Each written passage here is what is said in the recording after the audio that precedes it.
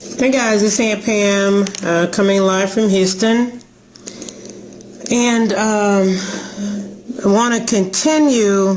Hey Tanasha, going to continue with our steps from yesterday. I'm trying to get this together. The steps from yesterday with wholesaling. And as you guys come on, do me a huge favor and announce where you're from. I'm about to flip this camera, so give me a second. Hold on one quick second. I'm not as organized tonight for some reason. I guess I'm tired. We had a deal that we're working on, and it was supposed to close today. Can you guys hear me okay? If you can hear me, I can't say yes. Just type yes. So I'm assuming you guys can. But anyway, yeah, we had a deal. We were supposed to close today. And the buyer, he couldn't get in contact with his partner. So it's a good thing we collected a $2,000 non-refundable earnest money deposit. I'm about to flip this thing again. Yeah, we collected a $2,000 non-refundable earnest deposit. To me, anytime you have properties that you're trying to, not properties, contracts you're trying to flip, you need to collect enough money that will kind of make the people afraid to give up. So $2,000 is a lot of money in a lot of people's opinions. So from what I understand from my student, we should be closing on that deal on Wednesday of this week. So it's cool. So anyway, last night we talked about the mindset. That was my very first step. That's step 0 as far as I'm concerned. And, you got to get your mind right. I did touch on marketing a little bit. Is this deal kind of fuzzy to you guys? Let me know if it's fuzzy. Give me some hearts if it's fuzzy. Give me some hearts if it's clear. Either way, give me some hearts.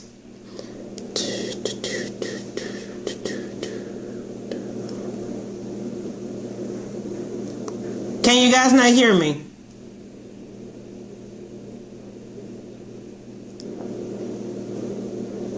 I mean, I see people joining.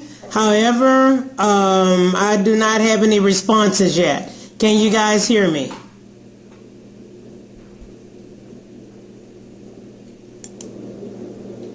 Is that a no? Can someone at least say yes or no, you can hear me? Okay.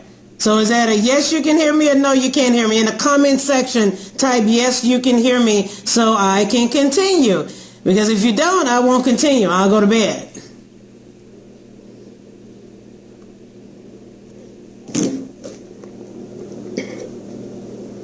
Because I don't want to continue. I don't want to continue if you can't hear me.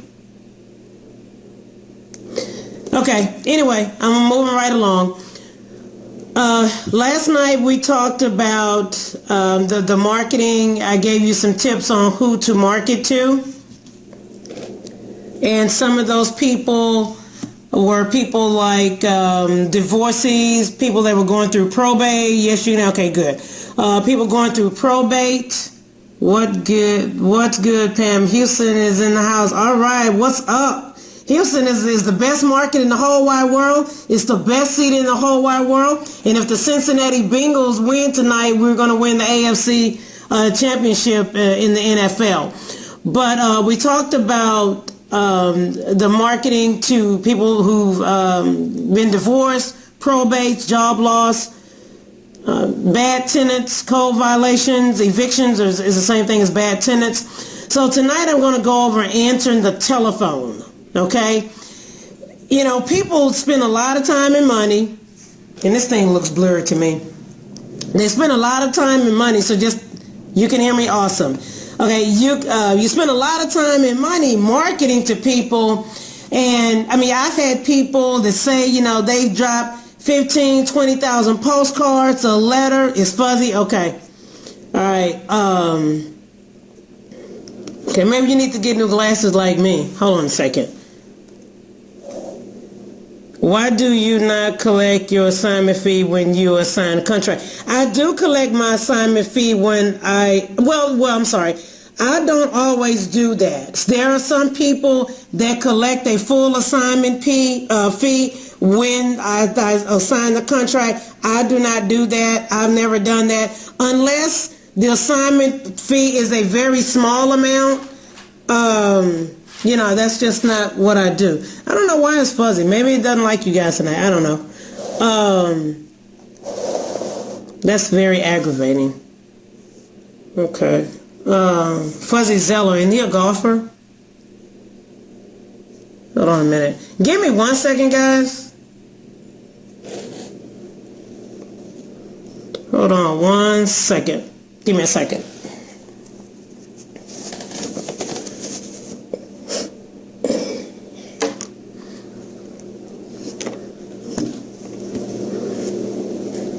All right, you're just going to have to work with it, all right? So, man, this is jacked up. You know what? Hold on a second. Hold on. Be patient.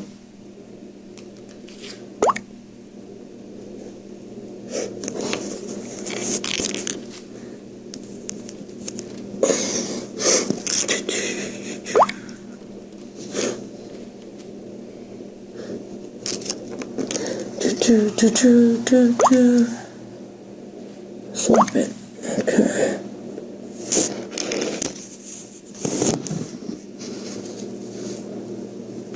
That may be a little better. But anyway, I'm going to move right along because we'll spend 30 minutes trying to read this. But anyway, but no, I don't always collect my full assignment fee when I sell the contract. Okay? I don't always do that. Maybe some people do that. I don't.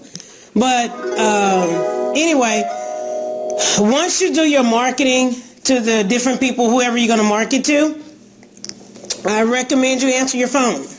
Okay? For some odd reason, some people have a problem with answering the phone. They spend a lot of time and money, like I said a few minutes ago, marketing to people, and they don't answer the phone. Okay? There are several different resources you guys can utilize when it comes to answering the phone. If you want to have the phone calls go directly to your cell phone, you're welcome to do that. I do not do that. You can, if some people they have their own office, so you can have an office line. There's a company called Freedom Voice you can use, eVoice. There's Google Voice. I use that particular service myself. There's also a company called PatLive, PatLive. It's a live answering service that people can use to answer the call. But if you're going to market and you're using bandit signs, I recommend you be very careful and not use the same phone number for bandit signs that you do other pieces of marketing. Okay, that's just something that I don't do. And another thing, if you're going to do bandit signs, you have to avoid city property. Okay, I know here in Houston it can get pretty bad. There's certain parts of Houston, like suburbs of Houston, like Pasadena, they're very strict when it comes to bandit signs. So when you're putting those signs out, avoid the city side of the street. The city only owns so much of the street, okay? Of the sidewalk. So if it's private property, say for an example, if you have a corner, and there's a gas station on that corner, you can get permission from the gas station's owner and see if it's okay to put a bandit sign right, on their side of the sidewalk. Okay, and like I said, use a different number. I have several different telephone numbers because I do different things with different phone numbers. And guys, do me a favor, share this with your other followers, or share it on Twitter for me. But anyway, let me see. What's the next thing? Like I said, use a different telephone number. I use several different telephone numbers. But the main purpose of the step 2 is to answer the phone. You have people that when they do the marketing, they're afraid to answer the phone because they don't know what to say. Well, everybody should have a script. Okay, I use a script anytime that I'm marketing. I use a basic, 5, 6, 7 questionnaire for the sellers.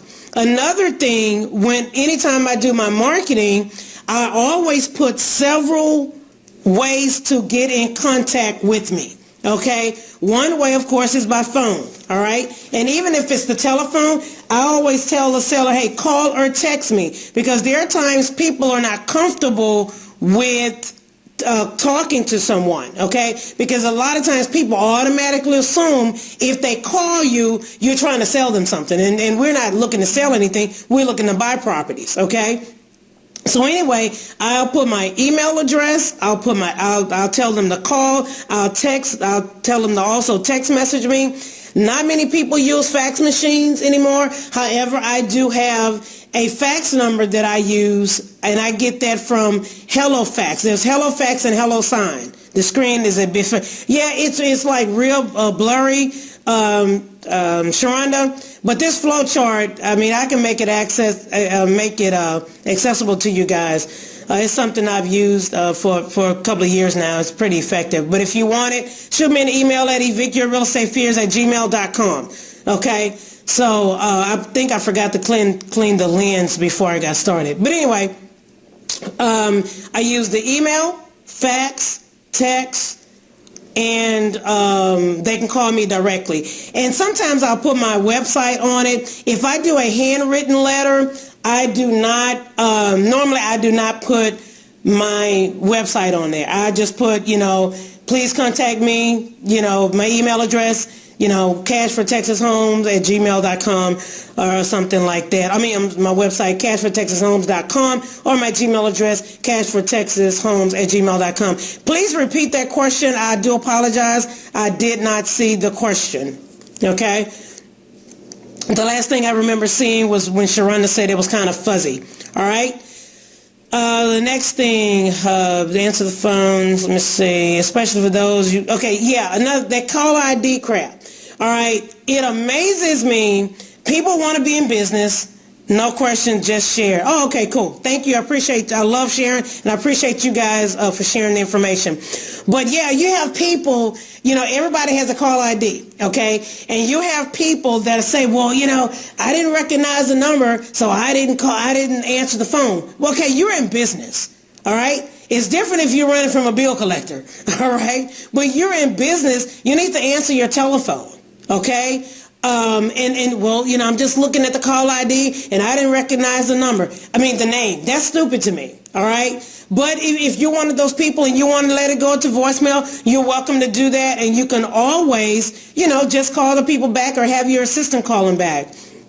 All right? Another thing, when you're doing your marketing, sometimes some people have a different telephone number for different mail pieces that they put out. Like some people will have, a number for postcards. They'll have a number for yellow letters and so on and so forth. There's a company called Ring Central, Ring, R-I-N-G Central. They have different extensions, okay? And so you can have people opt in to this extension, if it's a yellow letter you send out, a postcard, banner, whatever it is, you can have people opt in to the different extensions. All right, I'm going to go ahead and real quick go into pre-screening, and I'm not going to be on here. I was on here like almost an hour last night, so I'm not going to be on here that long tonight. If you guys are watching the replay, that's cool. If you want to see it, forever and a day, go to catch.me. That's KATCH.me, M-E, and you'll be able to see it. And this particular video will be up for 24 hours. However, after that, it will still be available. So for the scope last night, that particular scope is still available, but it's just not available on, let me say, how long have you been wholesaling? I've been in the business since 1999. I started out as a landlord, didn't know anything about wholesaling. I've been wholesaling, since I think 2006, 2007. That's how long I've been wholesaling. However, for me, Typically what I do, I look at what my needs are. Do I need cash or do I need cash flow? And I decide whether or not I'm going to buy a property to keep or if I'm going to go ahead and flip that property. This year, for the last couple of years actually, because I needed the cash, I do a lot of wholesaling. But in 2016, I'm going to do some rehabbing and looking to do some subject twos. And subject two is basically taking over payments. I'm looking to do subject twos because I want to get some cash flow. How long have you been wholesaling? I don't know if that's a repeat question, but like I said, since 2006, 2007. All right. Let me see. Let me go ahead and go to the next thing. Pre-screening your prospects. All right. Repeat. It was a repeat question. How many deals per month are you closing just from your marketing? No students. 2 deals a month. 2 deals a month on my own. 2 to 3 deals a month. But 2 deals conservatively on my own, no students. Okay? That in the student thing, I do that on a case-by-case basis, and I know that's what question do you ask the sellers? We haven't gotten there yet. Okay, so that's the next step. Okay, anyway, I have a flow chart, guys, and I'm going according to the steps. Okay, so anyway, we're on step 3. We're getting ready to go on to step 3, pre-screening the prospects. But anyway, I can't remember what I was saying. Excuse me. Now, you get ready to ask me a question about what did I say to the sellers? There's several things that we're gonna ask the sellers, and I always use the WOWR formula. WOWWWR. 2 to 3 deals on my own. Yes. Without any students, and that's being conservative. All right, and if you want to know the average profit for per deal for me, $8,000 to $12,000.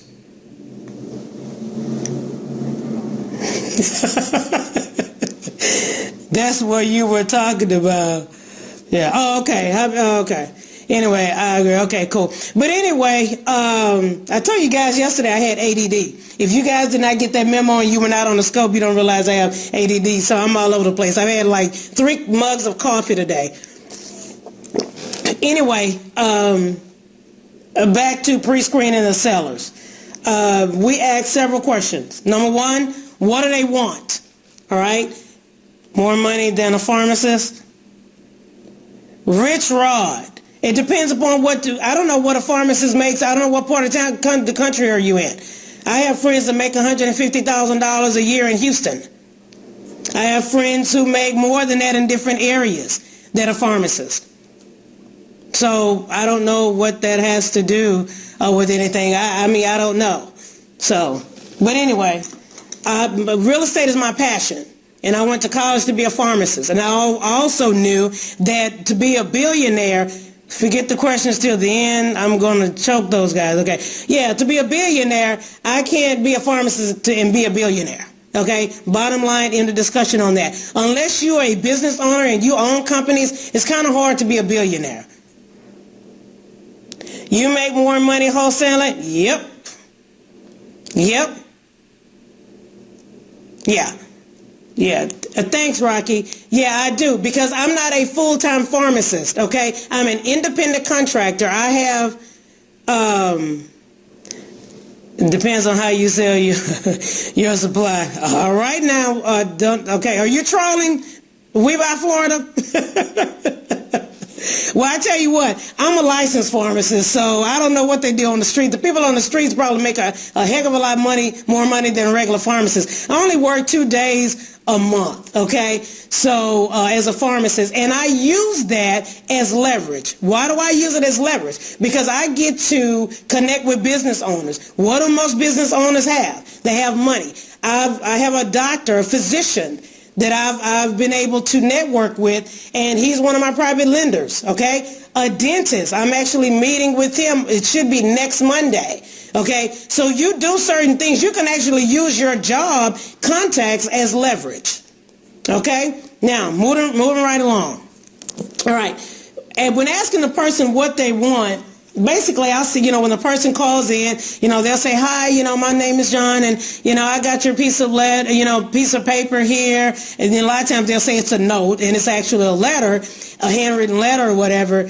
And one of the questions I ask, what are you trying to get out of the deal? What are you looking to walk away with? Okay, what is it that you want? And sometimes it really doesn't even matter what they want, because if they owe more than what the property is worth, how much are my marketing costs? It varies, because I get a lot of free stuff. So I don't spend a lot of money on marketing. I spend no more than $2,000 a month on marketing. And that's going to vary from state to state, city to city, person to person, depending upon who your target audience is. Okay? But anyway, the person may tell me they want, that's a lot, ma'am. No, it isn't. $2,000? You think $2,000 a month is a lot for marketing? I don't really think so. Okay? But, okay. All right. We'll just go with $500. If $500 works for you, $500 works for you. But I spend no more than $2,000.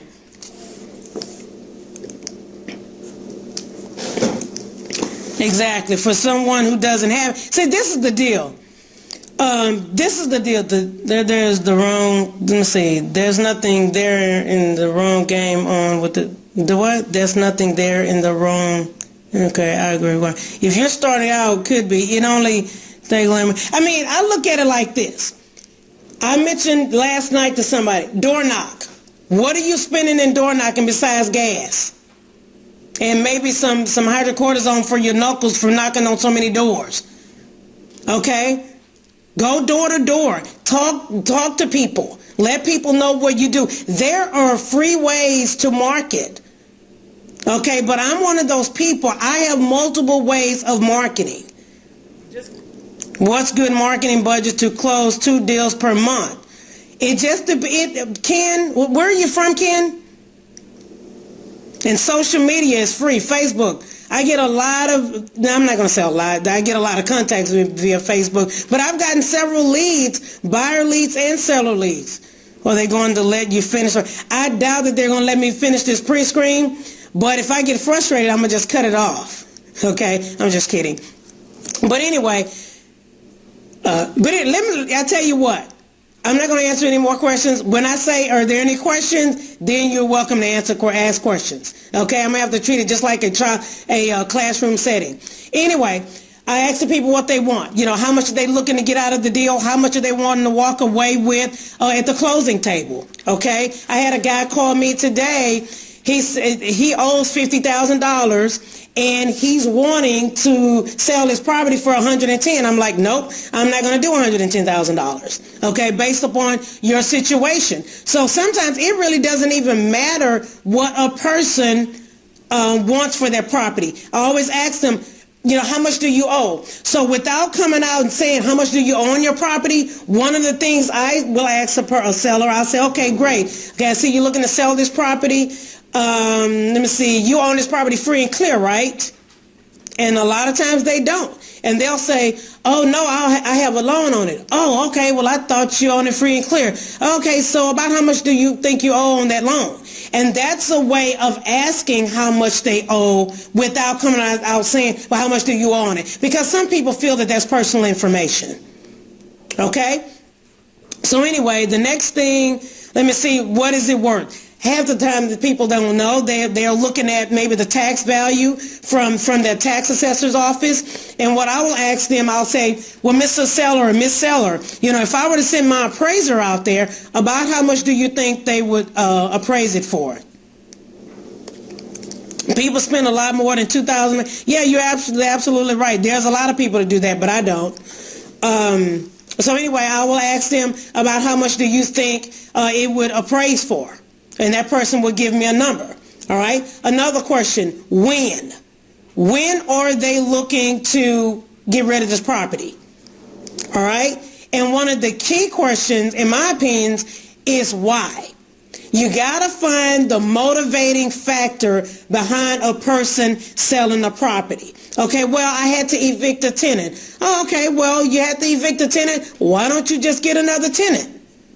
Well, they tore up the property, okay? So what do you have there? They evicted the tenant, plus the tenant tore up the property. So what is that? They need to repair the property, okay? So why don't you go ahead and fix the property? Well, because I don't have the money. And the more you dig, hey, Ken, cool, you're in Houston, all right. I think, were we friends on Facebook at one time a few years ago? I think you're the same young man. I can't remember.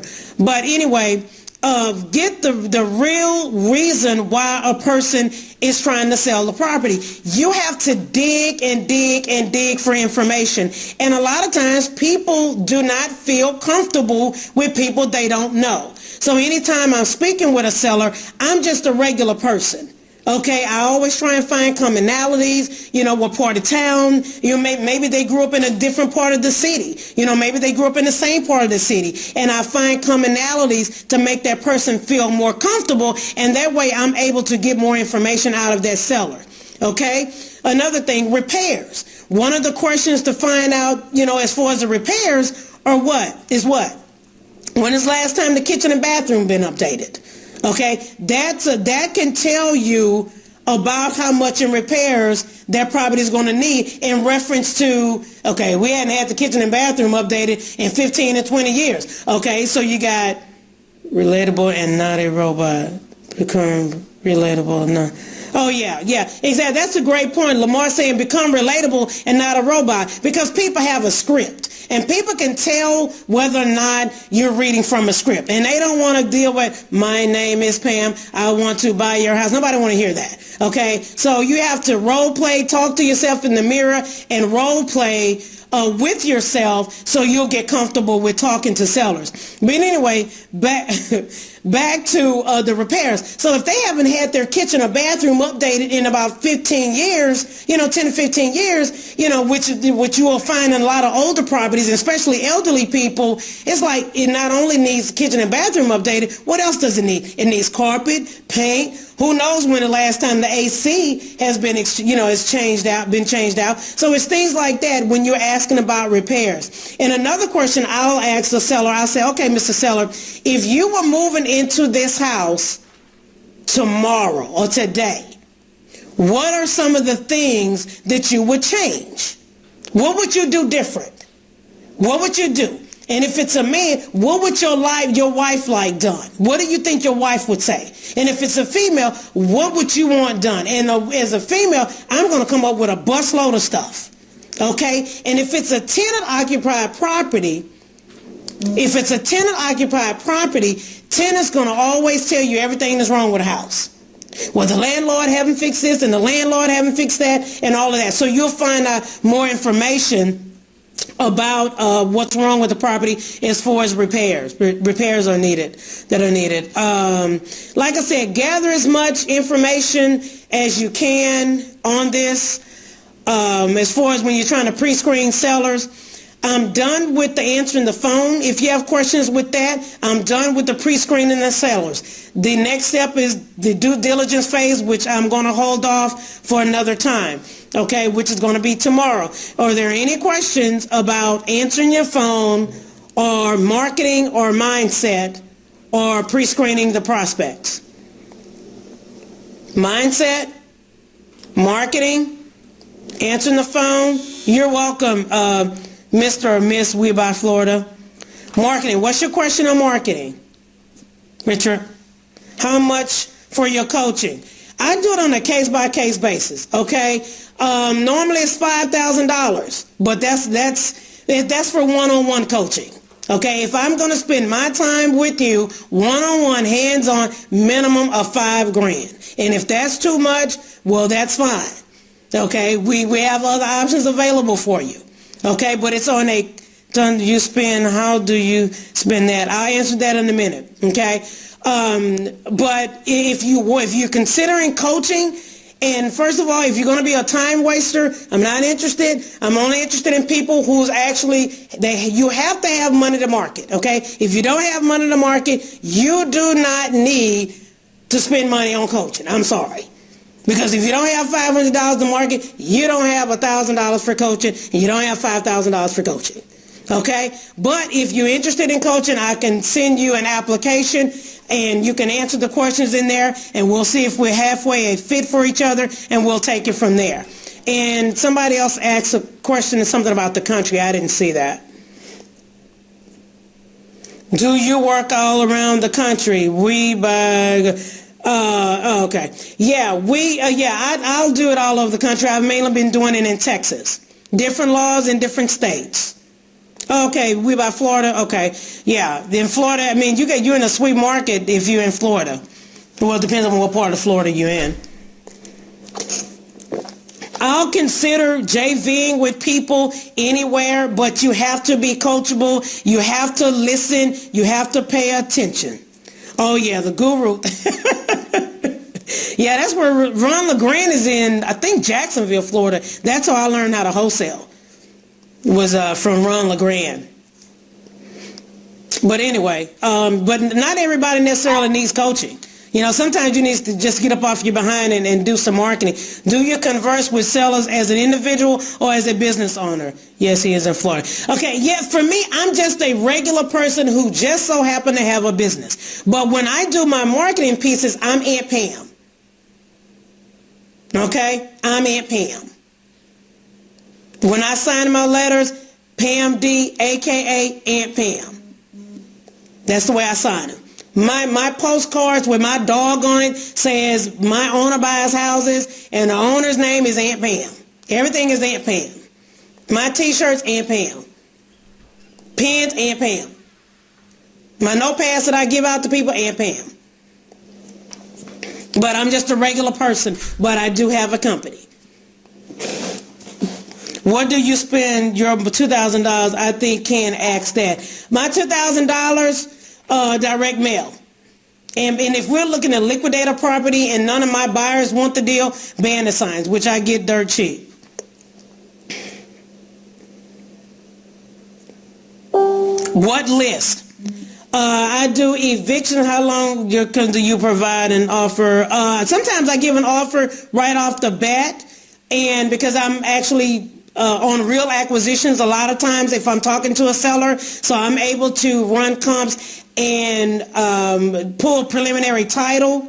Preliminary title. So while I'm talking to them, there are times I can actually make an offer. If I see properties, for an example, for discussion purposes, or selling for, I'm operating as your, okay, thank you. Don't send me an invoice, Sharonda. But anyway, what was I saying? Dang, it just drew a blank. Who is this? What did you say? And Luke, okay. But anyway, because I'm looking at real acquisitions, when I'm talking to a seller, for an example, for discussion purposes, like I was saying, if a person is saying, well, you know, I want to get $50,000 for my property. If I'm looking on real acquisitions or the MLS and I see properties are selling for $40,000, I know right off the bat, I'm not going to be able to pick that property up for $50,000. Okay, I'd have to pick that property up for a lot less than that to be able to make a profit. Okay, but I try to do it within 24 hours, if not the same day. And what was the other question? Type fast.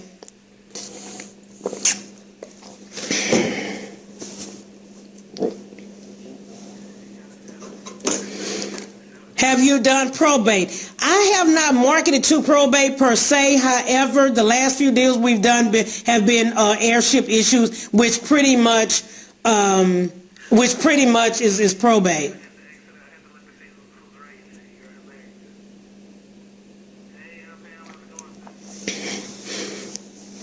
How long is your inspection period? I put 30 days. That's what I put on my contracts, 30 days. $10 is my minimum deposit. My max, $10. My max, when I put down the deposit, $10. And I think one of the contracts I use don't even have the deposit on there. It doesn't say anything about earnest money. It just says purchase price. And that's the contract that I share with my students. Most successful way to find cash buyers, one of the ways you can find cash buyers is through realtors. If you don't already have a buyer's list, through realtors. Realtors who sold properties to people within the last 3 to 6 months. Realtors is a way, bandit signs is a way, networking with other investors, hard money lenders. They also, and Pam, are you sourcing most of your deals from the eviction? What do you mean am I sourcing? But hard money lenders a lot of times will have buyers. All right, send your deal to hard money lenders. Yeah, REI meetings. Some of those meetings, yeah, that's a good way. But you know what? A lot of my deals, to be honest with you, because most investors are looking for something that's 60 cents on the dollar, and if it doesn't meet a particular formula, they don't buy your deals. You have to find out who the real players are in the real meetings. And I can tell you, 90% of those people that go to those real meetings are not going to buy your deals. And well, let me say this. I know from what happens here in Houston, most of the people are not going to buy the deals. And somebody else had a question. If you can't find an end buyer, do you just walk away and lose all that money? Oh yeah, $10 is a lot of money. But you know what? I try not to go around putting stuff on the contract that I cannot get rid of. Okay, unless it's a situation where it's a jacked up deal anyway, where we basically just put it on the contract and we tell a seller, look, you know, this doesn't meet my cash buy criteria. Yes, but are getting most of your deals from it? Yes. Yes, from evictions, yes. If it's a deal, it's a real skinny deal, and a deal half the time I really don't want, but I'm willing to take the time out to help that seller out, and they do not want to put it on the MLS, I'll shop the deal. And if it doesn't close, it just doesn't close. You know, but it's no fault of mine, because I tell the people up front, you know, we'll try to help you out on this deal, but this deal, you know, we can pay cash or terms, and you're not wanting to agree to the terms, so all we can do is try to shop the deal. I can tell you right now, Mr. Seller, my private lenders are not going to fund this deal as we're speaking right now, but I can try and help you out.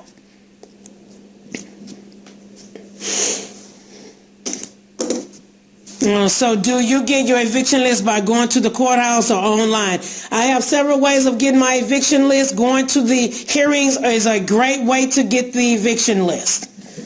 Also, it's a great way when you go to the courthouse to the hearings, like I mentioned to someone last night, that you can talk to property owners. They may actually have a list of sellers who may be interested in selling their properties. There's probate. There's absentee owners. There's out-of-state owners. There's code violations. There's a whole slew of list of people you can try and get.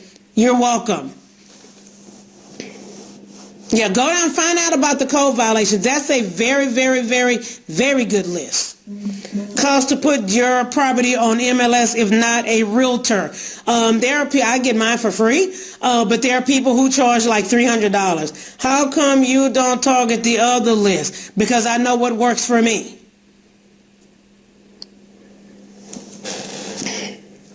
See, what happens is, I try to be an expert in particular areas. And there's nothing wrong with those other lists. But I know what I like. List source is what I use to obtain my list. Yeah, there are people that use Eric Flip, this realestatelist.com. Eric Torrente, he sells a list. Yeah, sometimes you can have different channels, and what you can do is say, okay, this month I'm going to find what works best for you. Exactly. This month I'm going to market to probates. This month I'm going to market to evictions. This month I'm going to market to code violations. But you got to remember, you got to follow up with people. And if you're going to do all of that, you need to have a system. You know, I have one friend out there in Florida, all he does is probate. I have a friend in Austin, all he does is probate. That's all he does. So find something that works and run with it. I did an eviction list last year. Did fall up. It took me 3 months to get that darn thing on the contract. Probates, yeah, probates is good. We're born to die. Yep, sure enough. Yep. I mean, go to funeral homes, talk to funeral directors. You know, do you know any New York wholesaler? Yeah, I know a couple of New York people. You can shoot me an email, evickyofrealestatefears@gmail.com. Next question.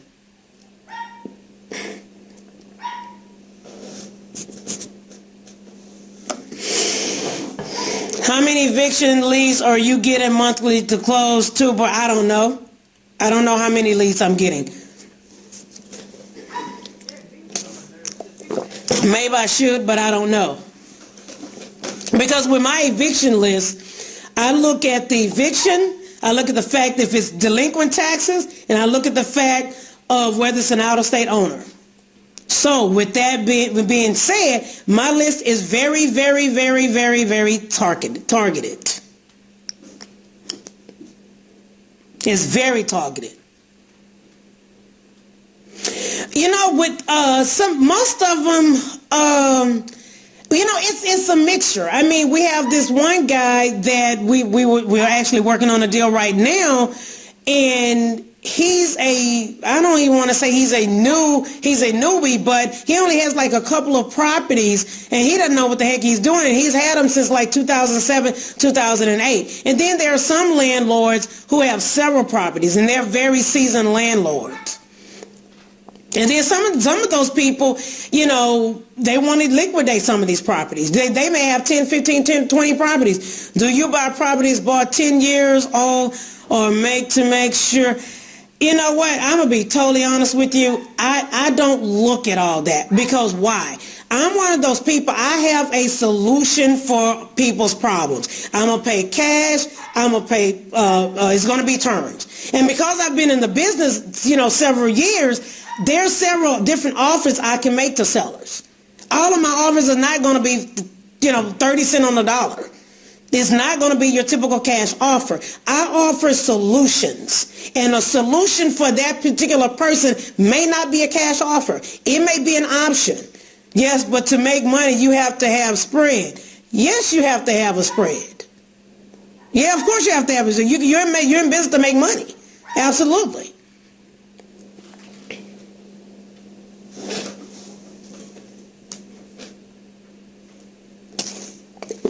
Yeah, you're definitely in business to make money, you know, but I'm not going to make all of my money off of one or two people necessarily.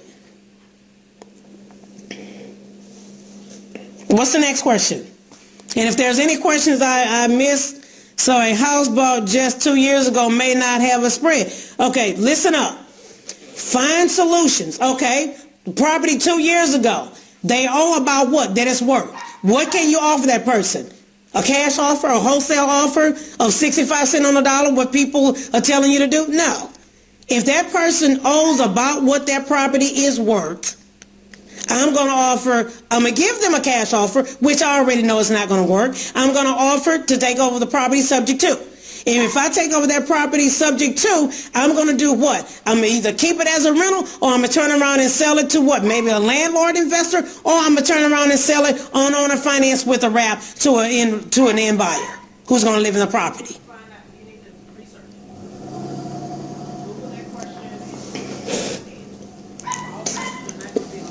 And you do have people who put a lot of money down when they buy a property, which I think is crazy. Wholesale, you know what wholesaling is? Wholesaling is getting a property at a price, at a cheap price, and selling it for a cheap price. Okay? Everybody automatically thinks wholesaling a deal is, I have to use a formula of 65%. Times ARV minus repairs time and assignment, minus an assignment fee. I create solutions.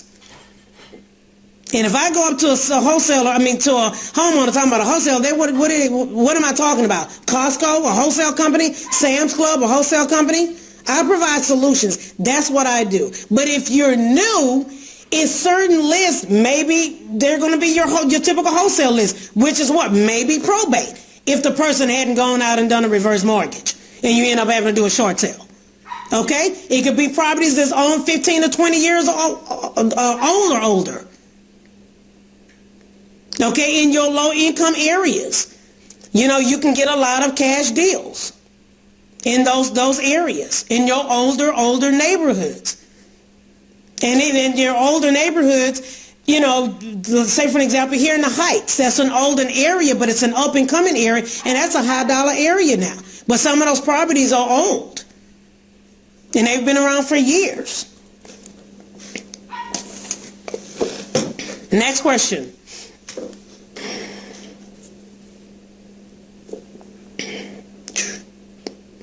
All right, if there are no more, okay, had to log off email again as, email is evictyourrealestatefears@gmail.com. It's in my bio. If you look in, on my information, the email address is there.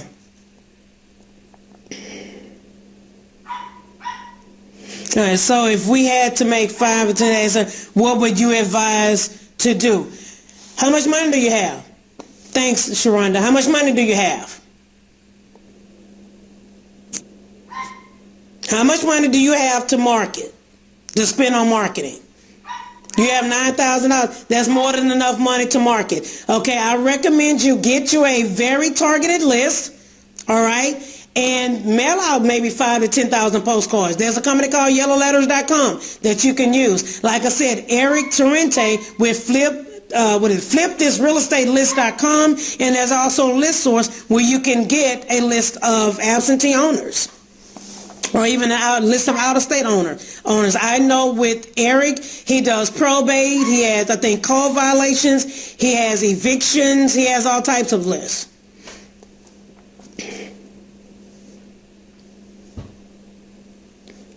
Thank you. flipthisrealestatelyst.com. Yeah, that's it. Eric Torrente is his name.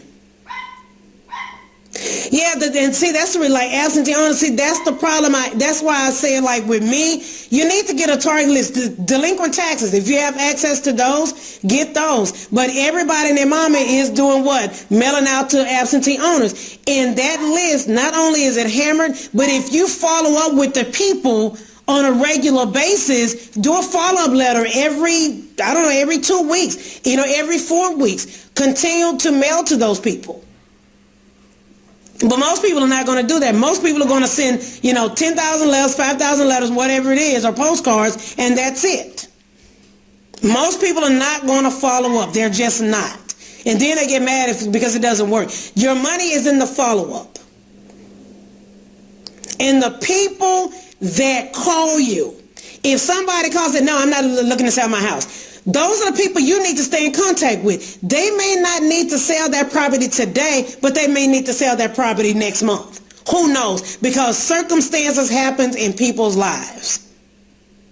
One of the leads that we're looking at right now, we contacted him back in maybe February or March, and eventually he came around.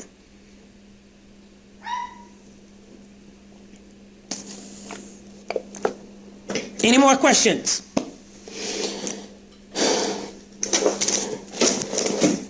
All right. Have you ever made an eviction course? It's in the making. And I actually, Eric Torrente actually, with the Flip Side Mastermind, he interviewed me a few years ago on evictions. It was a pretty awesome interview as well. Yeah, but I have a eviction course in the making. But I love eviction. I'm going to tell you, going to the hearings is awesome, though. But like I said, people don't want to do that. Everybody wants to sit behind a laptop and click a button. Any more questions?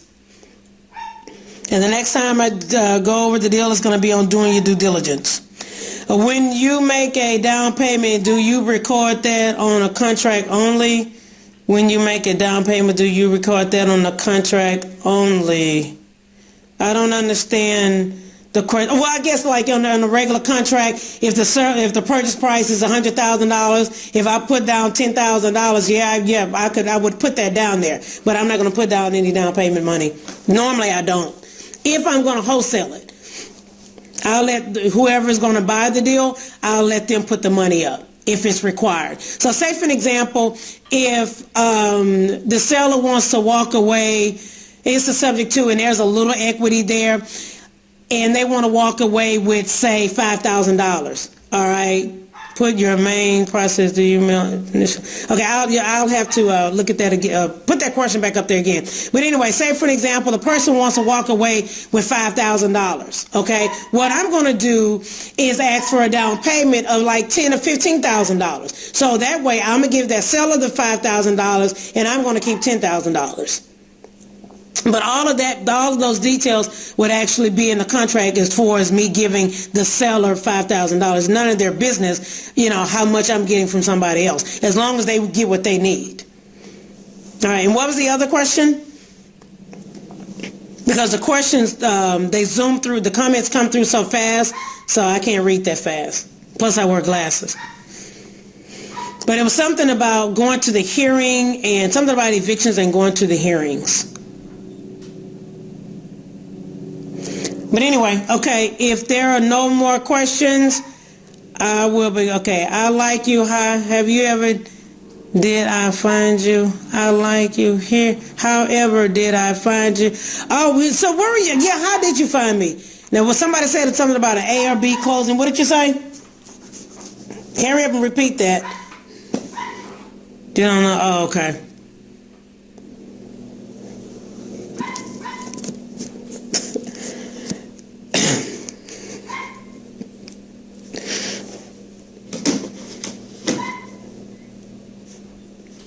Please repeat the question.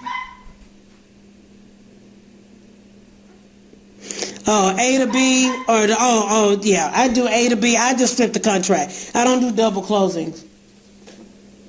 But you know what? On some deals, it doesn't hurt to do a double close, especially if you have a greedy buyer or if you really don't want anybody to know how much you're making. Sometimes you can get a blind HUD. Some title companies will do a blind HUD where only you see. Hold on, but your main process, do you mail initially or do you make offers face-to-face at the hearings? If I'm face-to-face at the hearing, I'm just going to gather the information to see if the person is interested in selling the property. Because I can't really necessarily make an offer, without certain information.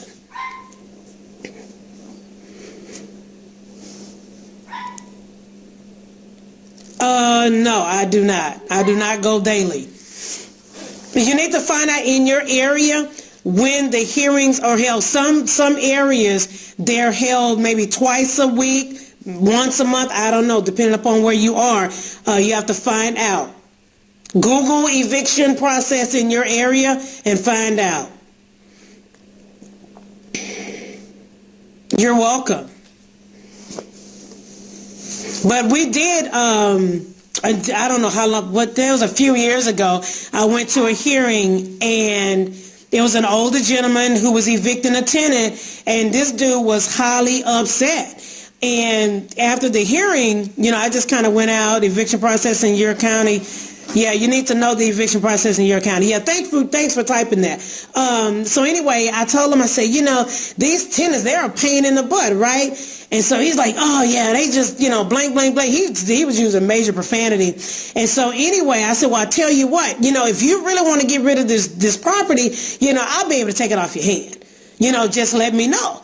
He said, well, I tell you, well, let me, finish the process or whatever. And yeah, I'm just sick and tired of dealing with this property, So that's a way to build rapport with a person, talk to people, get a feel for a person. It's not going to always work out that way, but it does work. And I made $15,000 on that particular transaction.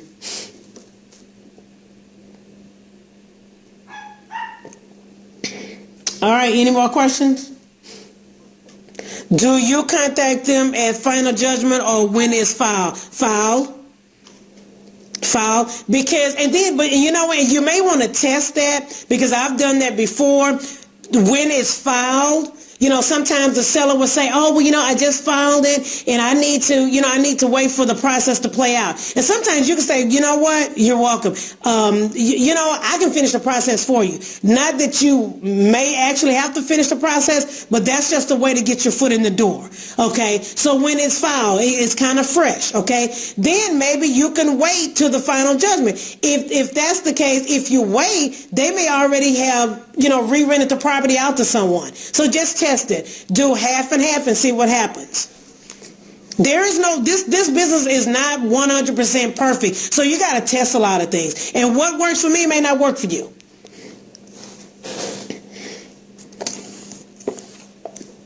Any more questions? I would think the best time is when it's filed, because on it's TikTok. You never know. You never know. I mean, I've actually had people to, they're just saying, well, I want to wait, or they're still in the property. Again, test it. But I think the best ones, if they're evicting somebody and they have other properties that they may have tenants in that they need to get rid of. Hey, Mr. Seller, you evicting this tenant? If you have any other property, we can go ahead and get you some quick cash. So I mean, you just have, you have to test it and see what works. Any more questions?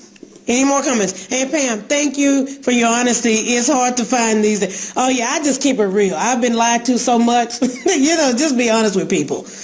I mean, because it's not, it isn't rocket science, and at the same time, there's no cookie cutter approach. So you just go with the flow. But I know what works for me, and this is just basically the way all wholesalers do wholesaling. But it's just different little details in there that's different. But at the end of the day, we're all trying to find a solution to these people's problems. Any more questions? Thank you. The Fort Luciano, what is your real name? Can a wholesaler do deals in Houston virtually or from another state? Yes. So, Jonathan, you looking to work with me now? But Houstoners, we don't play. So if you're going to try to market in Houston, you got to come with some thick skin. Okay, cool. It's a pleasure. Is your market I don't look at competition. But it's a lot of business and a lot of money exchanging hands every day here in the city of Houston. There's more than enough money to go around. Why not what? Why is it not competitive? Why not what? There's a lot going on. But at the same time, there's so many deals out there. I don't really look at it as competition. But Sharon is a realtor, so she says yes, it's competitive. I don't care. This is what I do. I don't worry about what other people do. Don't compete, collaborate. Don't compete, collaborate. Forget about competition. Collaborate with people.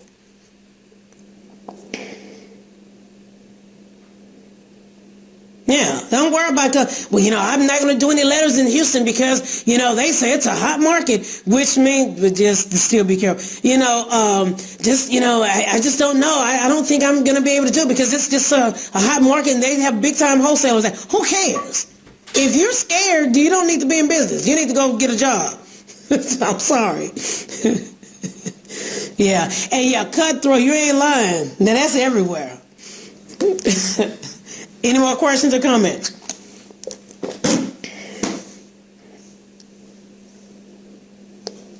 Okay, going once, going twice. I appreciate the hearts.